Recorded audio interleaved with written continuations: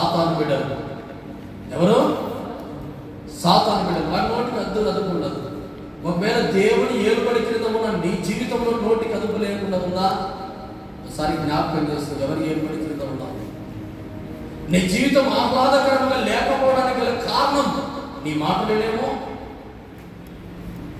ఒకవేళ నీ జీవితం ఆహ్లాదకరంగా ఉండలేకపోవడానికి గల కారణం నీవు సాతాను కిందకి వెళ్ళడమేమో. నీ జీవితం సంతోషంగా లేకపోవడానికి గల కారణం దేవుని దగ్గర నుంచి పారిపోయి సాతాను సామ్రాజ్యంలోకి వెళ్ళడమేమో. నా జనులు జ్ఞానము లేక చెరపట్టబడుతున్నారు.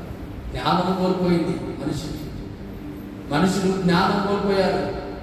సాతాను చెరపట్టింది అనేకులను. సాతాను చెరపట్టి నాశనంలోకి నడిపిస్తా ఉంటే నా జనులు జ్ఞానము లేక